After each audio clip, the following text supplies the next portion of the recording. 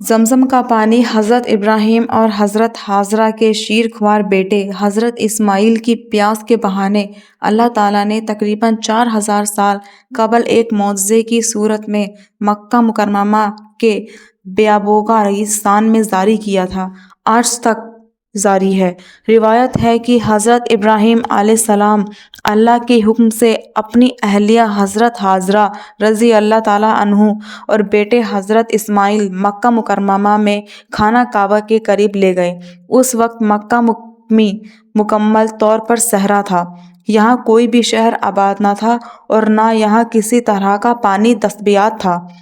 صحیح بخاری کی روایت کے مطابق حضرت ابراہیم نے حضرت حاجرہ کو کچھ کھجوریں دیں اور پانی دیا اور صفا مکہ کی پہاڑیوں کے درمیان اکیلے چھوڑ کر خود لوٹ گئے۔ چند ہی دنوں میں ان کا کھانا پینا سب ختم ہو گیا اور حضرت اسماعیل کیونکہ بہت چھوٹے تھے تو ان سے پیاس برداشت نہ ہوئی اور پیاس کی وجہ سے وہ رونے لگے۔ ان کی والدہ حضرت حاجرہ پانی کی تلاش میں ادھر ادھر بھاگنے لگی اور اللہ سے مدد مانگنے لگی۔ پانی کی تلاش میں انہوں نے صفا اور مروہ کی پہاڑیوں کے درمیان 7 چکر لگائے۔ صحیح بخاری کی حدیث میں درج ہے کہ آپ کو کوہ مروہ پر حضرت جبرائیل علیہ السلام دکھے۔ بیوی حاجرہ جب اسماعیل کے پاس پہنچی تو وہ پیاس کی وجہ سے زمین پر پاؤں مار رہے تھے۔ جب حضرت جبرائیل نے بیوی حاجرہ سے ان کی شناخت پوچھی تو انہوں نے اپنی شناخت حضرت ابراہیم کے بچوں کی ماں کے طور پر کروائی۔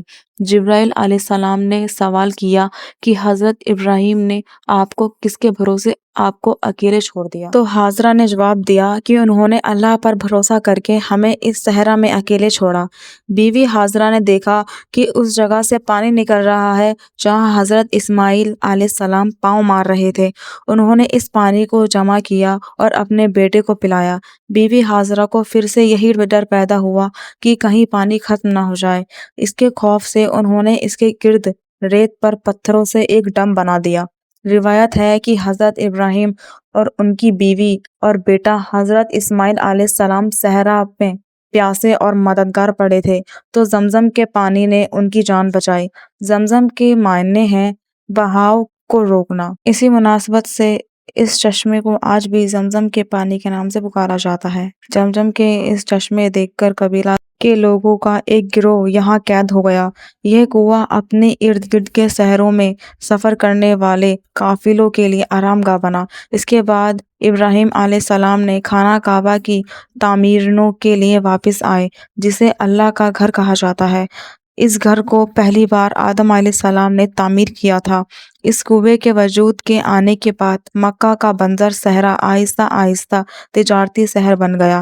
زمزم کا یہ کنواں سعودی عرب کے شہر مکہ مکرمہ کے مسجد الحرام کے اندر واقع ہے۔ یہ دنیا کی سب سے بڑی مسجد ہے اور مذہب اسلام کے مقدس ترین مکان خانہ کعبہ کے ارد گرد واقع ہے۔